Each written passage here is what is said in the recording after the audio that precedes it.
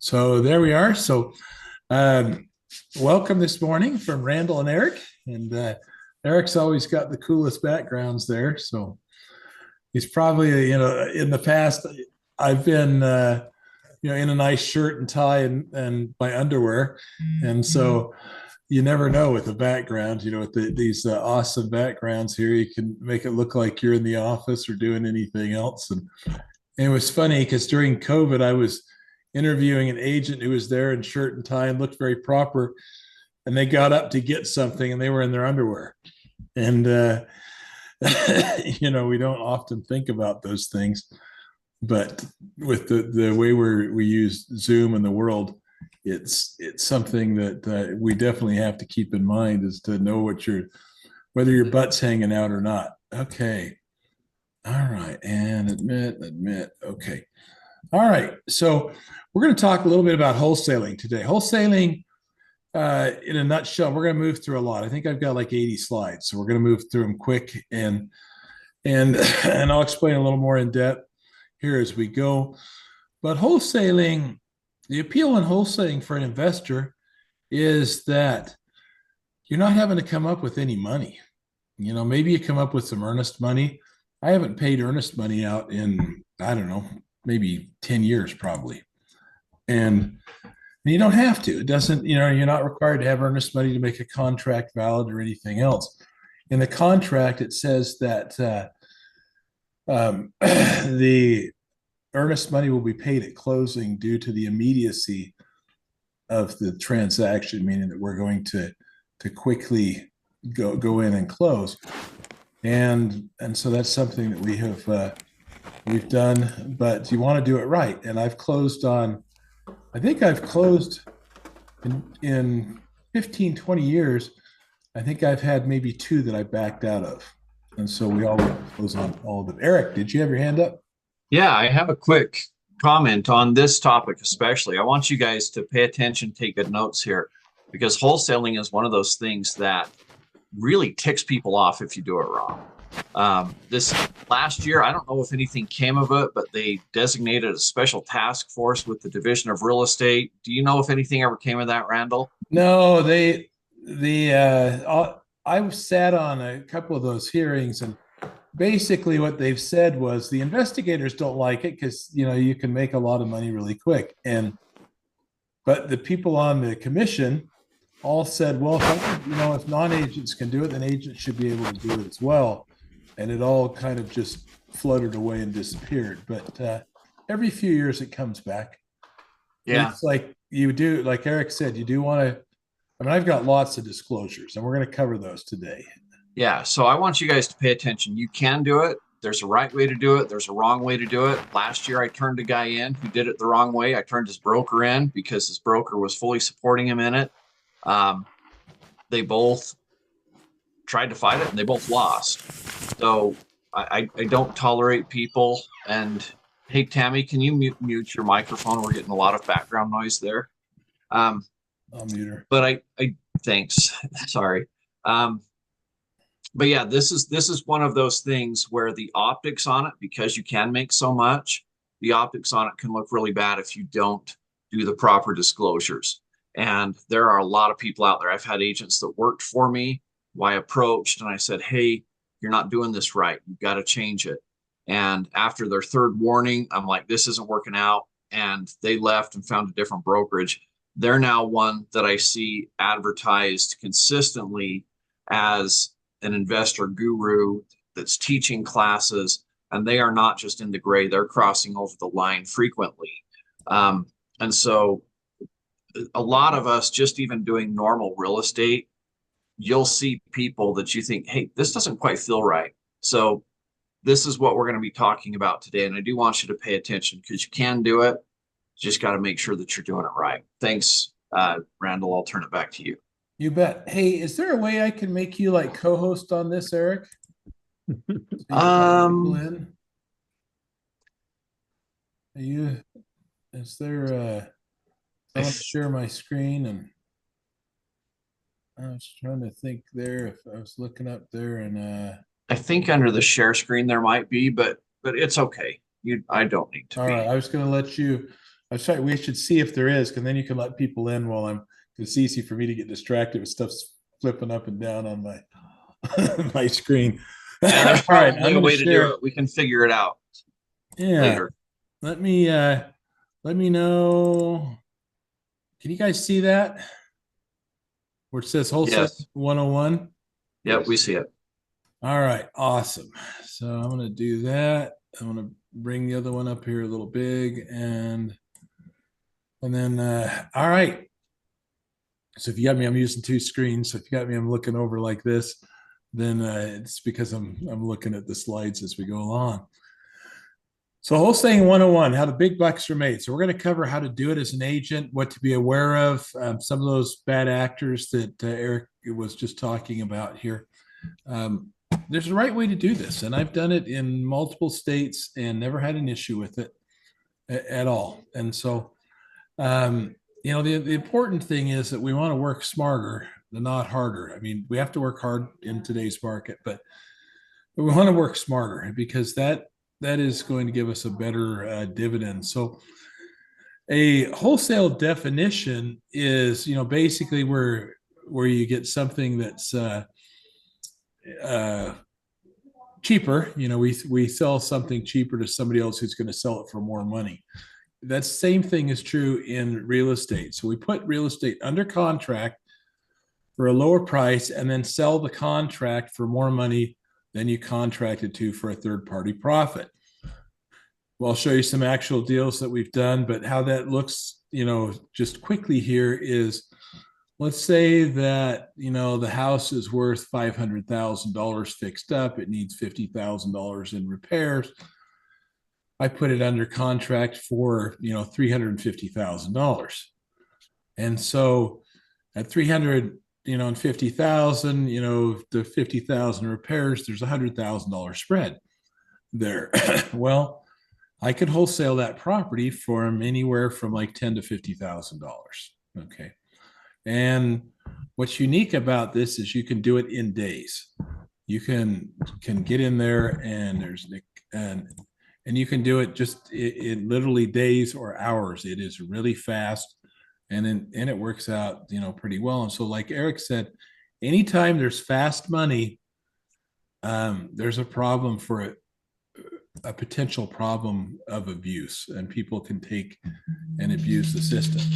So, all right. And let's see here. Next one. So there's three parts to a wholesale, right? You get an agent or investor armed with a little bit of knowledge, a motivated seller who wants to sell quickly and will do so at a discount, and an end buyer who's going to flip, buy and hold, or move into the property willing to pay more than you did. My neighbor actually bought his house from a wholesaler, and it was like a 3-day situation.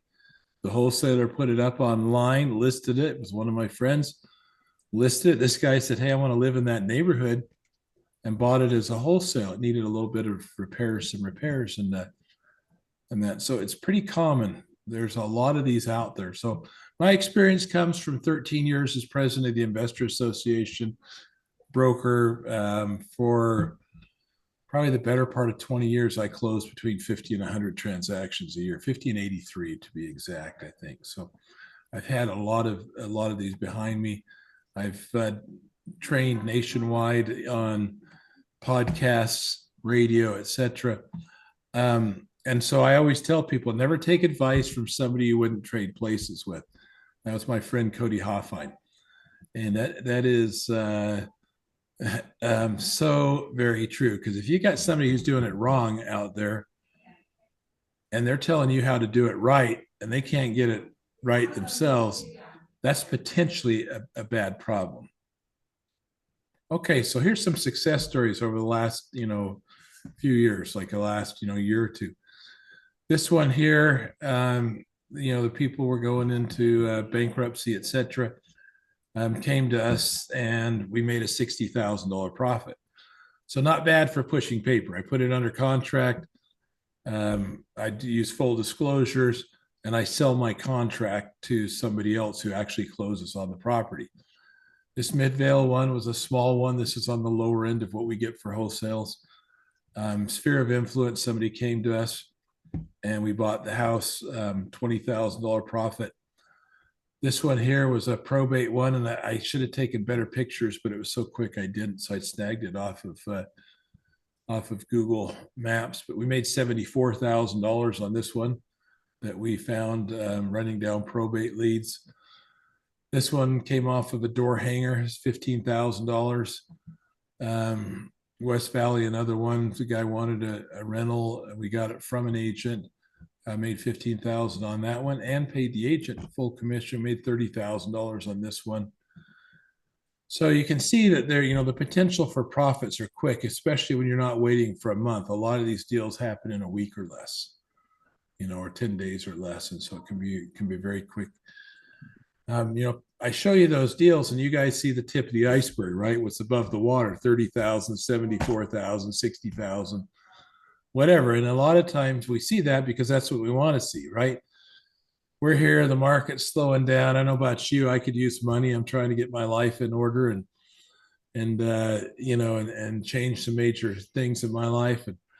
And we could all use money. And so we see that, but you got to realize that the majority of an iceberg is underneath the water. It's the things you don't see, right? The persistence, failure, sacrifice, disappointment, good habits, hard work, dedication, all the things that go into making one of these deals work. And people often ask, does it take money to do this? Doesn't take any money. Okay. It takes literally no money. Now, I'm going to give you the caveat here. I don't do earnest money. I just do a note in the agreement that says that I'll bring earnest money to closing, to the table at closing. And I think I've only had two that I can maybe think of in like 20 years that I haven't bought once I put them under contract. Have you been experiencing pain? But let me just take Rick because I mute Rick here. There we go. If you guys will just mute yourselves if you're not muted, and then you can unmute for any questions. But if I backed out of a deal, I'm going to pay that earnest money. So when I say it doesn't take any money, no, it really doesn't. But you need to have enough there that if you had to pay earnest money, you could pay earnest money. Okay, I mean, that's an important deal. It's the right thing. It's the ethical thing. So here's what it does take. It doesn't take money, but it does take finding the deal. All right. And there's a lot of ways to find a deal. You know, social media, we'll talk about those a little bit later. Sphere of influence is a big deal. Other agents, neighbors, all the same ways that we find transactions as a real estate agent. The difference is that a lot of times people don't want to sell using conventional real estate. I mean, I've been doing this for years. I've been doing it between my partner and I, we've done this in maybe 6 states and sometimes overseas as well. And so, because we've got assisted living in Nepal, we've got a mango farm in Panama, a fish farm in Thailand. I mean, it's just, this is what we do. And so you can do it from anywhere, but it's finding the deal. And finding a deal means you got to find motivated sellers. Okay. These are people that want to sell quickly. Now, every single person that I've ever bought a house from, or every single person that I've, wholesaled a property from, I always disclose, hey, you're going to make the most money, fix it up, clean it out, put it on the MLS. I'll help you. I'll be happy to be your agent and you'll make the most money. But there's a significant amount of people that don't want to do that. Nobody likes selling through the conventional process. That includes me. I will see what I do this time. I'm in the process of getting my house ready to sell the next month or so. I have never sold my own home by listing it. I have listed everybody else's, is up to 80 a year, but I always sell my own home to a neighbor, an investor, or somebody else, because I just don't like, going through the whole process, I guess. So here's why sellers sell. They've got some crisis in their lives or a strong desire to sell in a way that gets them the most money, the quickest, and the easiest. The biggest thing is the easiest. Sometimes it's divorce, it's job loss, it's a job offer in another state. I had some people down the road from me that I ran through all the numbers, and said, look, you're probably going to make, anywhere from ten to $30,000 more if we put it on the MLS, in its as is condition. And they said, well, we really, but here's what I'll pay for it. And, if you'd rather, make more money, I'll bring back the paperwork in the morning. And so by the time I left their house and drove to the stop sign 100 yards away, my phone's ringing and it's them. And they're like, we've talked about it. I'm like, in the 30 seconds since I left your front door, you've been talking about it. But they just said, we want to do it the easy way, and so I wholesaled that one. Actually, I think I made $30,000 on it because somebody thought that it was worth, a lot more than I did fixed up. And actually, they were right. Sometimes the houses just need repairs, won't qualify for conventional or FHA financing. Or it's probate. This one is interesting. So I have seen again and again and again, I have seen heirs of property. They don't care about max dollar. They care about dollars in their pocket right now. I went up and looked at a property that was about 600,000 near the Salt Lake Country Club. This was maybe 8 or 9 years ago, could be 10 years ago. So it was a while back because 600 grand today is not much up there. But these people put their mother into hospice, so moved her out of the house, put her in the hospice, called me and said, how fast can we get money? How fast can we get money on this? And I was like, well, I don't know, 48 hours. And that's what they wanted. That's what they cared about. That's what the 4 kids or whatever cared about. 48-hour turnaround. They can get money in 48 hours. Because most people that inherit money, that's found money. All right. It's the same reason probably that 99% of people that win the lottery are in a worse place 5 years later than they were before they won the lottery. They've lost all of the lottery money plus some extra, and it's found money. It's not real to them. So, again, we find them the same way to find most of our business as agents. Networking is always one of my favorite ones. That's one that we should always do. Knocking doors. If I'm an agent or an investor, either one, and I don't have any business, I go knocking doors because I'm at 3 hours per one solid lead for knocking doors. And actually, I pay people to knock doors occasionally. So I pay $270 an appointment and $1,500 for every closed transaction that I do. And that doesn't seem like a lot, maybe, but I had a girl who set up 6 appointments in one day. And, and I closed, I think, on one of those 6 or 2 of those 6 that week. I had 2 of those 6. She ended up making like $6,000 for the week. And she was amazing. And I've had a lot of amazing people, mostly women, that do this, but nobody does it for long. And, it's great money, but they just don't do it for very long. Well, I'm getting married. That girl was like, I'm getting married, so she wanted money for a wedding and, to do all that stuff. And so once that was there, she was finished. And another lady wanted money for, spending time with their grandkids. And so she'd work for like 3 weeks or a month and then take 2 or 3 months off and then work for another 3 weeks or a month, So I've had a number of those, but knocking doors is probably the most effective way to find deals when you've exhausted everything else, is to get out there, pound those doors. And for me, it's pretty simple. Here's my secret script. Hi, I'm Randall. I want to buy a house on your street. Have you thought about selling? And then I shut up and let them talk. And then when they say no, like 95% of them will, I used my 2-fer script, which is, who do you know among your family, friends, neighbors, people at church or work that have talked about wanting to sell their home? And then I shut up. And that's where I get most of the deals, is from the second one there. But it works. And I've actually had an agent who, I went up into Eric's area and they'd done a favor for me. They're like, Randall, will you come help me knock doors? And so we went to Tremont, and I've never been to Tremont before, but I drove up there. It took me like an hour and a half because traffic was so bad.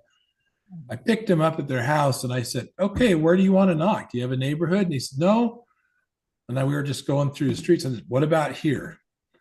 And I knocked for, with him for 3 hours, and I think we got 3 transactions out of that deal. So door knocking is highly effective. Um, Pick a strategy, whatever it is, pick a strategy and follow it. Everything works as long as you do. That's probably the truest thing that I've ever seen when it comes to real estate. But you got to make it easy for the seller. Okay. People want it easy. They want the easy button. And that's why my marketing is always focused towards making it easy. They just, they want it easy. And the reason they want it easy is selling a home is like one of the most stressful things ever. It's right up there with divorce and death of a child. It's nuts. But I saw this. This was published here a couple of years ago in 2019. It says, "You're not alone if you cried when you sold your home. 40% of Americans felt that same stress." In fact, according to Zillow, they're saying 36% of adults from the stresses of selling left them in tears, with 20% crying 5 times or more. So it can be a daunting process. Nobody likes it. I've never sold my own home that way. So when we're listening to people, let them tell you what they need. They're going to tell you what they want and need. So for the people that decided in the 30-minute drive from their door to the stop sign, what they wanted was to know that their house was closing, know exactly how much money they were going to get, and know that they were going to be able to go to their husband's new job in Missouri and buy this house that they had. Which, in fairness, if you put it on the MLS, it may or may not have happened at that time, in a time frame that was good for them. And they just didn't want to worry about it. And then the roof needed some repairs, and they didn't want to, spend $6,000 on the roof.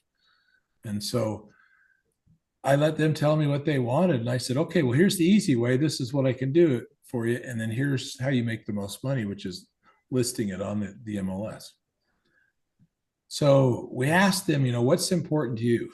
And that's it. And Trevor closes for me. What's important to you? That's the most important thing that we can ask anybody. What do you want? A lot of times I'll say, if you had a magic wand, what would selling your house look like? And that's, that's a big deal. So offer solutions. Like we offer solutions as agents, as investors. We fill the needs. So this couple, they needed to sell quickly. They needed to know when, their house was going to close. Because I always tell them, I say, yeah, you pick the date. We'll close whenever you want. A day, a week, 3 months from now. I've had even out to 6 months. We put it under contract. We close 6 months later. Whatever their need is, you fill it. And let me see here. We've got like 3 questions. And Eric, you're on top of that. If there's anything that you Yeah, I've been answering them. I think at some point I'd like to go to the addendum that you've prepared for everybody in .loop. I've got it pulled up already, but we can go through that real quickly and talk about why we put things in there, because it addresses all of the bad actors. Yeah, and I've got some of those on these slides here as well. But okay, that's awesome. Perfect. So okay. So anyway, we fill the need. You just got to be consistent and follow up. As an agent, as an investor, follow up, follow up, follow up. Okay. Keep any interest at all, follow up. I usually tell people follow up until they either die or ask you to stop following up, because you're going to do a lot more business that way. And you're going to get some rejection. I've never had anybody, the worst I've ever got is no. I guess if it got really ugly, it would be hell no. I'm not interested in selling to you, but no, that's it. And the better you take rejection, the more successful you're going to be, because that's just the art of being a salesperson. So, and it's also the greatest determinant of wealth. If the average wholesale gets you like $20,000 and you have to go through 100 no's to get there, each rejection is worth $200. I learned that from this guy. It was maybe the only thing I learned, but Eric probably knows him. A few of the older people. Carlton Sheets used to be on the late night TV. So for only $99, you can be a real estate investor, and sold his program. But that was the one thing that I got from his program, was that if it was, every no, because he was talking about $10,000 profits at the time, and every no was worth $100. So you have to ask yourself, what chair do you fit you? Is it this chair where you're talking to your psychiatrist, or this chair, on the beach? And do the things that you need to do to sit in the chair that is most appealing to you. Sometimes you need to reject the seller to get their interest. Like a few times I've been like, all right, um, I just don't think this is going to work for you, and here's what I can pay, and that probably won't work for you, will it? And that's what I'll say. I probably won't work. It's probably too low. Whatever, it gets their interest. But I know this personally, so that's my wife. I hit on this girl in Nepal. She blew me off. She said 3 words to me and blew me off. So I got rejected big time. You don't know why you're getting rejected, but you just don't give up. This is her. This is a convent, and this is the Mother Superior. You can see the corner of her face down here over her right shoulder. And so she was leaving to be a nun. And um, but I guess I didn't give up, because motivations change. After 3 months, there was an earthquake in Nepal, and and so she had wanted to see what it was like being a nun without taking, the oaths and orders and everything else there. And so she came back to Nepal to take care of family and friends and the charity that she had started. She had everything but me on their mind. It's just like sellers; they've got other motivations, other things on their mind. And so she's working with kids doing good things. There's competing interests. So I'm at this charity event with Julie Harmon, and my partner goes, Randall, just make sure you end up with who you really want to end up with. And I realized that I wanted to reach back out to the girl in Nepal really bad. So it's only the end result that matters, right? Are you closing the deal? So we've been married for 8 years, I guess. And, I've got a 13-month-old baby. Life is incredibly good for me. And it doesn't matter that I got rejected with 3 words like yes and goodbye. That's what she said to me the first time we met. And so my life is beautiful. Remember, success is just like the iceberg, and it's all of those things that are below the water that people don't see that add to your success. All right. And in case of emergency, when it comes to a deal, like if you wanted to wholesale a deal, you think you got an opportunity there, there's my number. Do you recognize that number, Eric? The I don't, because I have you saved in my phone. So I just look you up by your name. No, I was saying, what about the second number? I recognize that one. That's mine. All right, that's Eric. So call me or Eric. Okay. That's it. Emergency, give a call to either one of us, right? Um, Buyers are key to wholesaling. You need to have cash buyers. Those are the best ones. You can do a wholesale, but that's a little bit more involved. We're not talking about that today, but hard money lenders have a lot of cash buyers. There's a million cash buyers out there. And that's what makes it close quickly and do it the easiest. And so you can build buyer lists, from other flippers, other wholesalers, buy and hold buyers doing, rate term refis, home buyers wanting a real deal. Build these lists. It's a good thing to do as an agent. I mean, all this is crossover. I had not done hardly anything as an agent. In my first year, I think I closed 55 transactions. And it was because everything I knew was on the investment side, and it all crossed over into the agent side for marketing, for, lists, et cetera. And so, and I'm a massive slacker now. Like Eric Lee's 10 times the agents that I am. He's so organized and goes through and does, everything so well. And if I was having to do this, start over again, I'd probably have to go to him and say, Eric, man, I've lost my way. Show me the path, because, yeah, I've had it too well for too long, I think. But the mechanics, are a little bit different than a whole regular transaction. We skip a few steps, but add in some others to make it viable. So it's a typical, transaction, initial consultation. We go view properties, offers accepted, whatever. And then, we go through all these other things that we do for our clients. And then we see that a lot of them are rejected. And then we got to go, do another addendums and, come up with different terms, et cetera. The important thing, is that, yeah, wholesaling is probably a lot simpler as far as the paperwork, but you want to do it right and stay out of trouble. Okay. So important. So I use the real estate purchase contract. I don't go with some of these dumbasses that are like, my attorney drew up this. Yeah, my attorney has too. And I could use it if I wanted to and not use the purchase contract. But there's no reason. Everybody's aware of this. It works just fine. And I've been doing it for hundreds of transactions over the years. And so go ahead, Eric.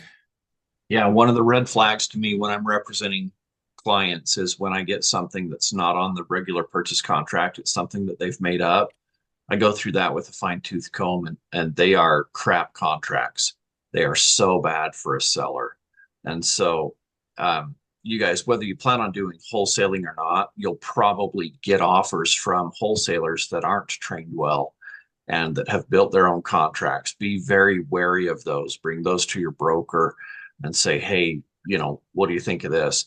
And feel free to walk away from those types of things. They put your sellers in very jeopardizing positions. Basically, what I see a lot of is that they're taking your client's home off the market for 3 or 4 months with, again, zero risk on their part, zero buy-in on their part.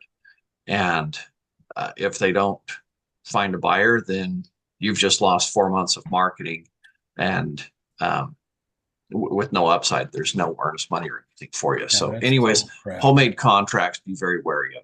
Yeah, be very wary of those. So the first thing, use a real estate purchase contract, right? Use full legal disclosures. Use an addendum. Everything fits on an addendum. All right. I mean, that's important. Um, One of the ways, the quick ways you use for most people, you won't see this on mine, but it'll say and or assigns. Anytime it says and or assigns, that's a red flag for me. That says this guy's not planning on closing it, and I should look closely at it. Now, I don't have to put that to wholesale it because it says that if we look here, I'll go hit that in a second, but we're going to go in depth here. Okay, so disclosure of principal is a licensee or a relative of a licensee. Always do this. Surprising how many agents forget this or don't do this or are afraid to do this. You're getting a lot of trouble for that. Always disclose your license status. I always say that, and I disclose in depth. I mean, if you're looking here, it says that, um, that I have that either the entity or the people that have ownership in the entity with either full or fractional ownership have licensed real estate agents in Utah. And like I said, I'm recording this so we can put it out there. But I put that down in a lot of detail, as you can see right here. And it just says, by which said buying parties should deem whether it occurs or not, to receive, in addition to a possible commission for the purchase, the additional profit or compensation that'll occur through their ownership in entity. It says I'm going to get paid. I'm going to make money. It's going to be not just a commission. It's going to be through any of several ways that we make money by doing this. And then I'll say, at any time from acceptance of the contract until closing of the foreseeable future for a period of 50 years or more, that the buyer trust corporation or other purchasing entity may transfer or assign ownership in whole or in part of the purchase agreement for compensation or not to another. Okay.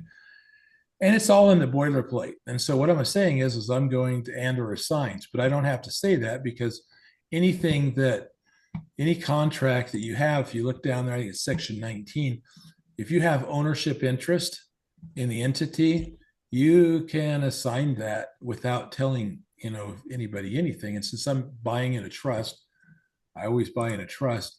I just sell the beneficial interest in the trust. And that's a discussion for a whole other day. But that's one way that's easy to get around that. And it's fairly unique to me and probably people that I've taught. This one here, the assignment. Here it says no assignment 19 provided, however, the transfer of the buyer's interest in the rep to any business entity in which the buyer holds a legal interest, including but not limited to family partnership, trust, limited liability company, partnership, corporation, as collectively referred to as a permissible transfer, shall not be treated as an assignment by the buyer that requires the seller's prior written consent. Okay, or they'll say here the inclusion of and or assigns. All right. So that's kind of how I go through it here. And then if you're going to show pictures, you need to do this. These are all things that people have had grief with the division of real estate in.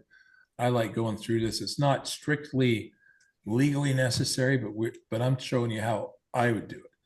Just says that the buyer, in addition, shall be able to show pictures of the property, which is or shows the property as a subject matter of the contract to contractors, other parties, etc. Okay, it states that I'm going to be able to show pictures to them.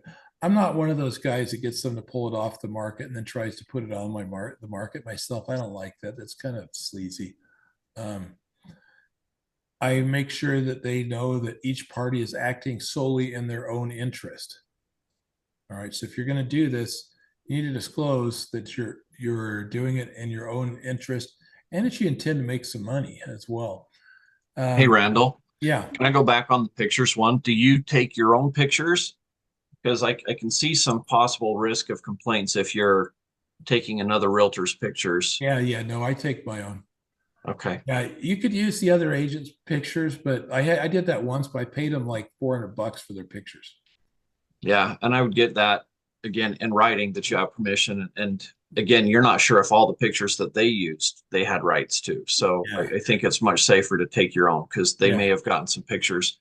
And if you're just, but that was one of the things with the agent that we turned in is he took all of our own pictures and he put in some bullcrap language that said that he could show pictures to his partners, but what he was doing was marketing it. And Yeah. and we had no idea he was marketing it. He didn't put the disclosure in there that it was for this purpose. He posed as the buyer himself. He didn't have a disclosure of interest. All of the things that you've covered are the things that he violated and that we turned him in for. Yeah, no, it's important. So let's see. And then I always say, this one here, I just state that I'm giving clear and constructive notice to make an immediate or future profit because people actually have sued, they didn't tell us they were going to make a profit, right? They didn't sue me, but they sued other investors, other agents. And so we always mention that the intent is to make a profit.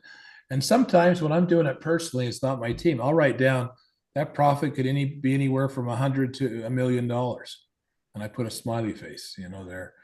But there I've, fully disclosed there's an intent to make a profit. That's a big deal. And here you can see it right here. It says that said profit should be, for the purposes of disclosure, be deemed to be significant, whether profit or loss is realized or not by the buyer. Further, that realized profit could range from as little as $10,000 to $1 million. And that I'm entitled to whatever profit occurs from 10 days to 25 years in the future. These are good stuff to have here. All this I would be putting in there. Further, that the seller understands that the buyer has no limitations in that we can remodel, sell for profit, hold whatever we do with the property. There's no limitation. And then any and all profits from this and other activities shall be solely the buyers. So you can see I'm going through here ABC on these. I am clearly letting them know this is a for-profit deal and I'm in it for the money. Okay. And that the purchase price, again, I always tell everybody, and usually I have two places I disclose this, but it's the purchase price may or may not represent a discounted purchase price. It could be less than if sold elsewhere.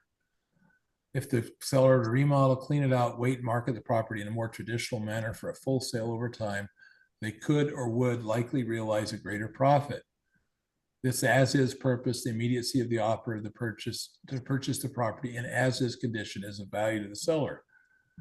And we go through this, but this is, I'm showing you what's strictly needed, but I actually have, I think, 2 or 3 of these disclosures, and one talks about putting on MLS, etc., because I don't want anybody to have any grief. They need to be understanding everything that's happening here, right? And that the remedies for the default by the buyers, I just say, should the buyer default from the terms, we'll give the earnest money to the seller within 7 days of cancellation, due to said default. And that's their sole remedy, is to keep or retain the earnest money. So we limit limit that. And then I put this in there. If they fail to close by the settlement deadline, then we can extend it, basically indefinitely until we can get clear title and they're able to go in and close it. That's just one for our convenience. That we have the right to file a notice of interest memorializing this agreement against the property. So I almost always file a notice of interest.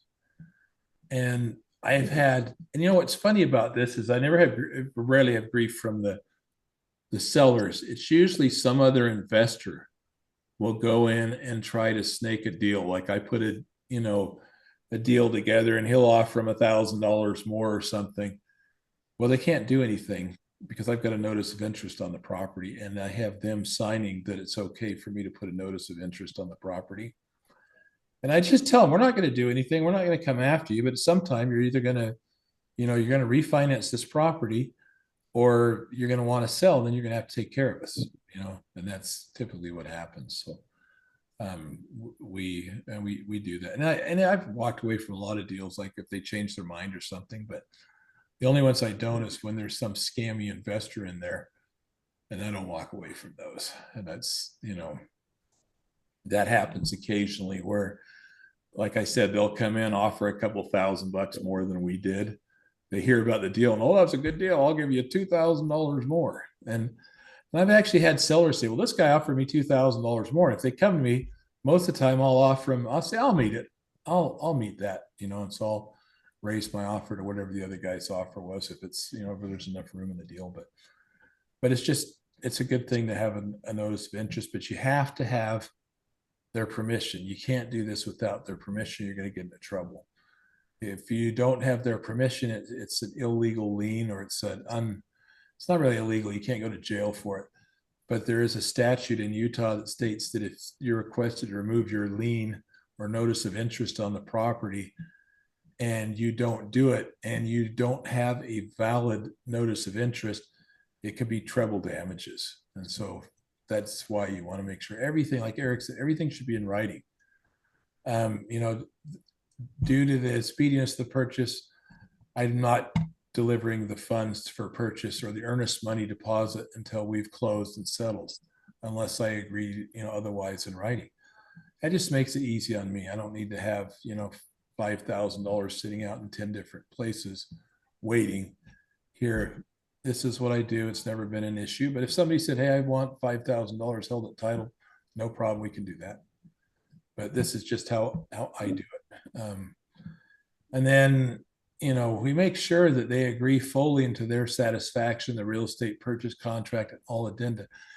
In fact, some of you have done deals with Trevor in the past with some of your clients that we've bought, maybe not to wholesale, but bought, just to flip properties. You'll notice that he goes through and has them initial like every paragraph.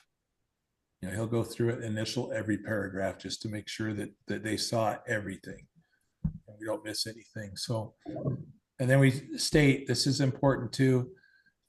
We always say we're cash buyers, but we identify what that is, because unless it's truly your cash, if you're using hard money, and we do some of our own money, but I think I've got $5 million out right now on 9 or 10 flips probably. So I'm going to use hard money. So that's what it says. Cash is mentioned. So either mean immediate cash from the buyer, me, or non-traditional funding or a loan from a private lender who can fund in the timeline specified by the purchase contract without going through an institutional lender. I've had banks wanted to wholesale me properties that they're holding. I had one that it was a screaming deal. The house was $1 million build on Saratoga Springs. The bank wanted to unload it for whatever reason, told me that if I could close it within 18 hours, that I could have it for $270,000. And so, so they wholesaled me one that they had and that they were in the middle of. And I think I turned around and sold it 3 days later for $440, which was still a screaming deal for somebody else. But that's, we just identify what cash is. All the personal property should be removed prior to settlement. Do that, because if you throw something away that's theirs, you don't want the grief that comes with that. you got rid of my stuff. And, Utah law says that you have to hold it, put a notice, whatever else out there. Get rid of the personal, all the personal property, because most of the time when investors or myself or agents do this, they say they'll take it as is because it's the easy factor, right? Cash, close when you want, don't make repairs, don't clean it out, we'll clean it out. And so it's good to have that in there. We're purchasing an as is condition. And then I put the terms of this addendum, these 15 terms we've talked about today, shall survive closing by a period of 50 years. That makes sure that nobody cares 50 years, from now about any of those things. That's important. If you don't put in there, it survives closing, as soon as we've closed, then all the terms, disappear. So that's why you have to always put that, it survives closing. And as I said, we use a trust. So basically a trust, has a trustee, and the LLC owns the land trust. And then we have the beneficiary down here, which is all the benefits flow through to the beneficiary. So I hold the rentals in trust. Everything is held in trust. Any money that's made goes through the trust. Any rents that are made goes through the trust, etc. And I wholesaled probably, I don't know, 50 maybe or more foreclosures. People said you can't wholesale a foreclosure. Well, I did it. And I was the first guy doing serious short sales in Utah. And I wholesaled a ton of those because the bank didn't care. They wanted to know that whoever the offer was made in, which in this case was the trust, that they were the ones closing on it. And so they always were. I would just sell on the day of closing my interest in the trust, but the trust itself and the trustee still closed on the property. And so there's a lot of reasons to use a trust, and I'll cover that in a future transaction. But one of the reasons is the Garn St. Germain Repository Act of 1982 says that the banks can't call, a note due in a trust. So if you're doing a seller financing deal, they can't call the note due if the seller, put it into a trust for their own benefit. So that's just all that. But anyway, copy all good ideas. If you have people have good ideas, be a copycat. Don't take their pictures or verbatim. Maybe copy all the words that people use, but it's good to be a copycat. And then I'll save this for another day. But that's pretty much. Let me get rid of stop sharing. So that's basically how you go through a wholesale deal. So as an agent, it's good to understand this so that when an investor comes, you know exactly what's going on and you're able to represent it to your client. So Eric mentioned a few things that were concerning to me.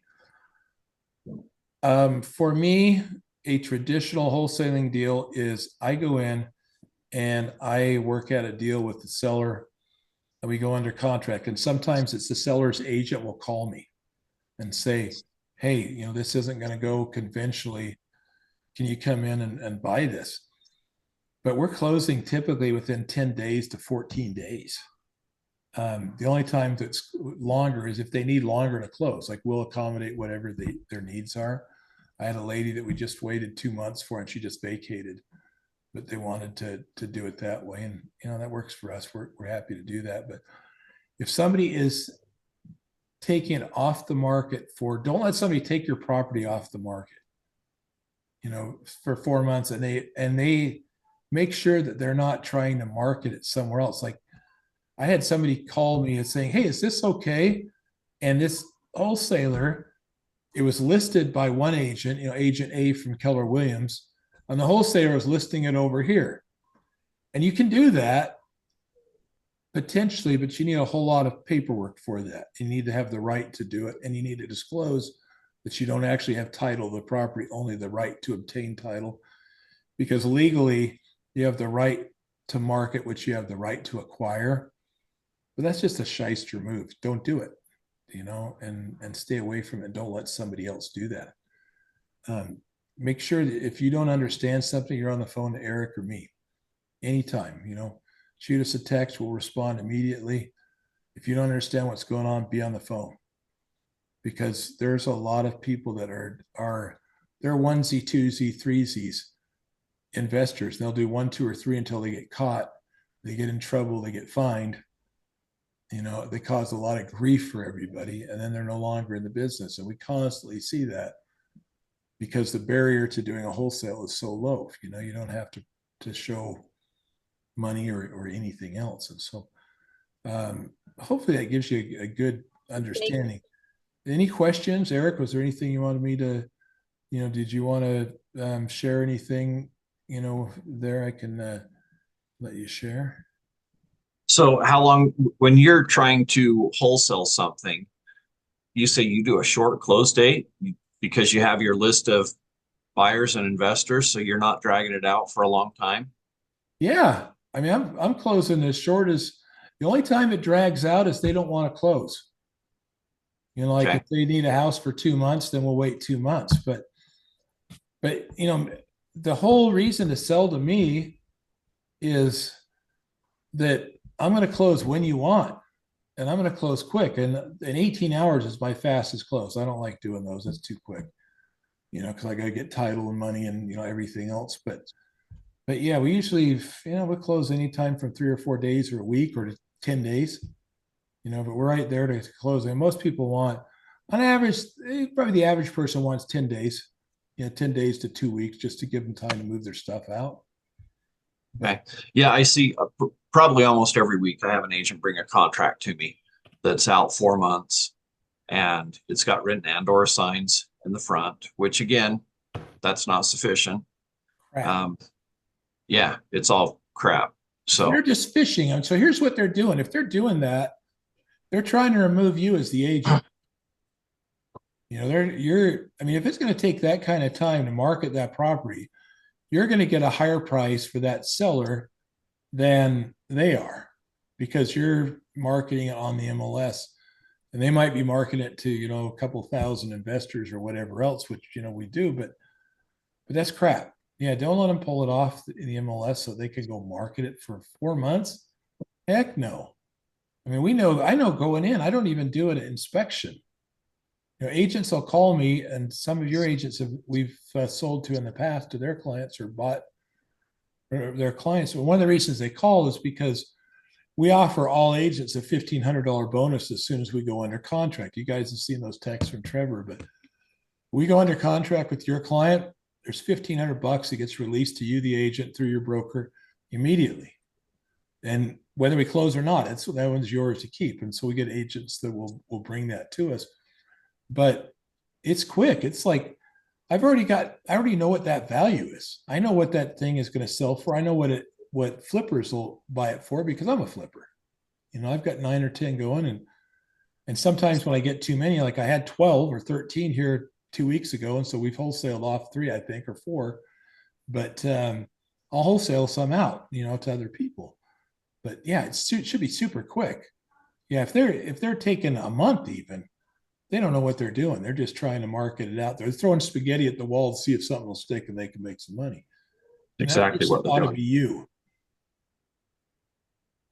That person ought to be you. So the red flags to look for with the bad guys is they're writing and/or signs in their contract, which does not satisfy the assignment clause at the end of the purchase contract. That's old school stuff. Hasn't worked for, I don't know, a decade since they rewrote the purchase contract. So you have to use the disclosures that Randall stated, where it's specifically saying we're able to assign this out, and that does satisfy the language on, I think it's page 5 or 6 of the real estate purchase contract. Need to use your own photos, again, with permission to market it. You need to be very clear that you're a licensed agent. You need to be very clear that you're intending to turn around and market this and sell it, make a profit. Because with ours, again, the guy lost on every count, and it was another investor called us up and said, "Hey, do you realize this guy is trying to sell this property?" And we were like, "What are you talking about?" We had no idea. He went under contract, acting as if he were the buyer. Didn't disclose that he was a licensed agent, and so posing as the buyer, he had a clause in there that said I may have other partners that want to get in on this with me, and I have the rights to share photos with my partners. Well, his partners turned out to be the whole world, and he could share. And so he was out there sharing all of our photos with the whole world, thinking that that language would protect him. It did not.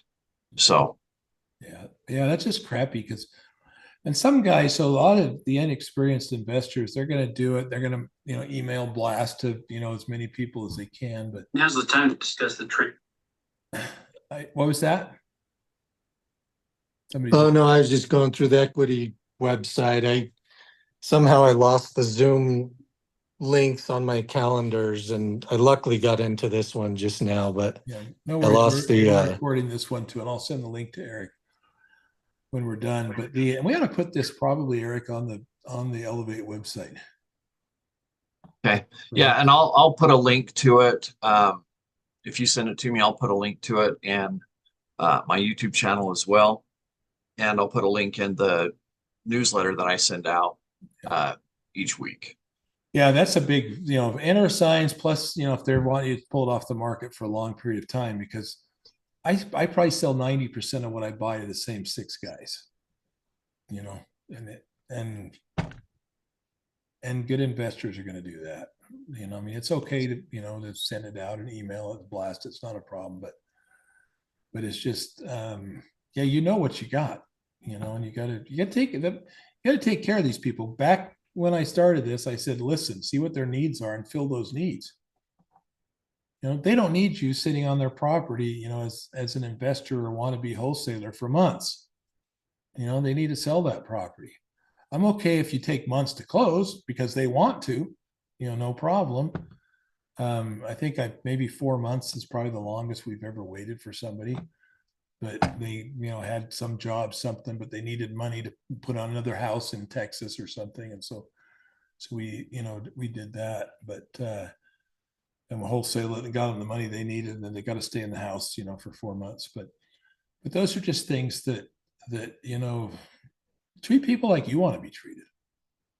And you want to feel good. I mean, I get on my knees and pray. I want to feel good. I don't want to feel like I'm dodging lightning bolts, right? Take care of people. Just do what you say you're going to do. Be upfront with everything.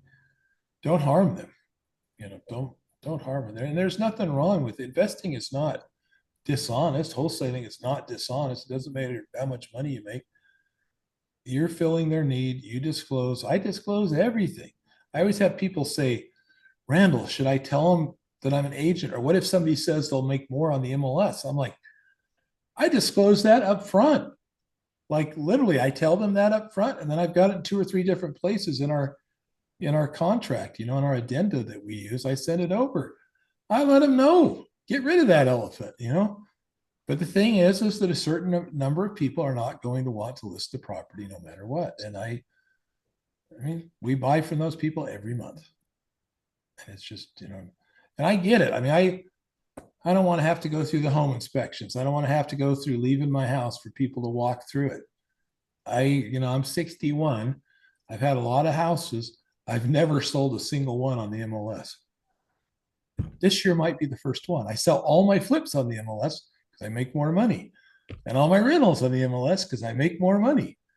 And I've got one that I think I'm going to put on this week out in West Valley. So if you guys are looking for a condo, I think I've got a little 2-bedroom condo out there, but it'll be coming up. But I put those there, but not my own house, because I don't want to leave, my Gilligan's Island reruns, especially when, I don't know, the skipper's doing something, funny with Gilligan or whatever, and let somebody, tramp through my house. So, and there's a lot of people who like me.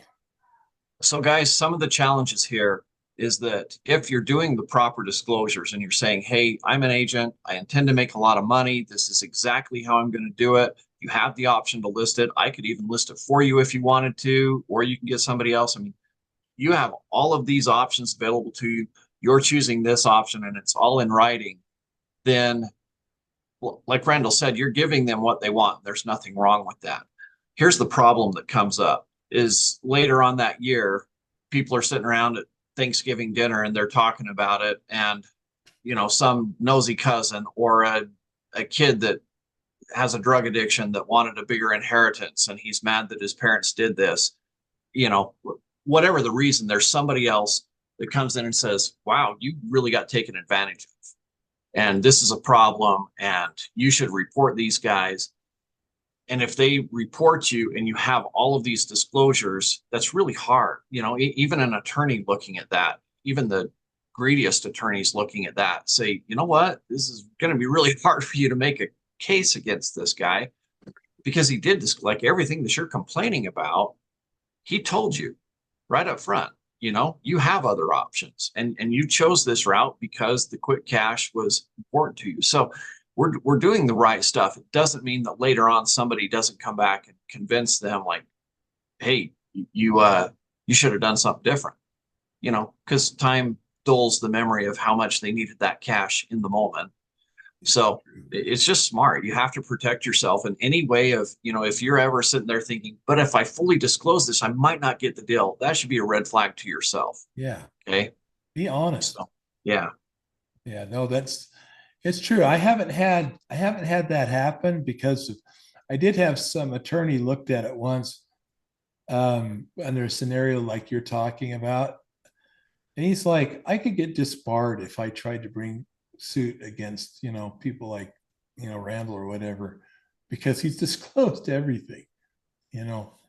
And I mean, it's and I think I've got the all encompass. I didn't show that one, but it says from the beginning of the world to the end of time, we release from liability, you know, Randall and his, you know, group or whatever. But it's just kind of a funny thing. But thanks for being here. Thanks, Eric, for the input. You know, I don't think there's anybody I respect more as a broker than Eric, and I love working with him on everything. And he's just, you know, he's a good guy. He's solid, great understanding of you know, the market and the procedures and things that we need to do to be safe. And you guys can do this. You know, there might be an opportunity I had, or, you know, you bring it to somebody else. I had an agent said, hey, Randall, I've got this crappy house out in Twilla. And by crappy, I'm talking 70 grand. And because it needed a lot of work, and you know, when we flipped, and so he brought it to me, and and we looked at the numbers, and he was like, well, what are you willing to pay me for this one? Well, you know, 70 grand, 3% of 70 grand is what, $2,100? You know, it's nothing, right? But the numbers I looked at, I said, I'll give you $10,000. You know, and so I paid him a commission of 10 grand for bringing, you know, us that deal because it was a good deal. And so it's something you can do. It's just another tool that's out there. All right. Looks like we're out of time. Any questions? Any last? One final comment. You guys are welcome. I don't know if I think we've got our calendars shared, the links to our trainings for everybody in Randall's office to join in our Tuesday meetings. Just a heads up, tomorrow there won't be any meeting. I've got family in from out of town, and I'm driving them back to the airport during my regular Tuesday meeting time. So no meetings tomorrow, but otherwise you guys are always welcome to join us. Just check out that calendar. It has the details.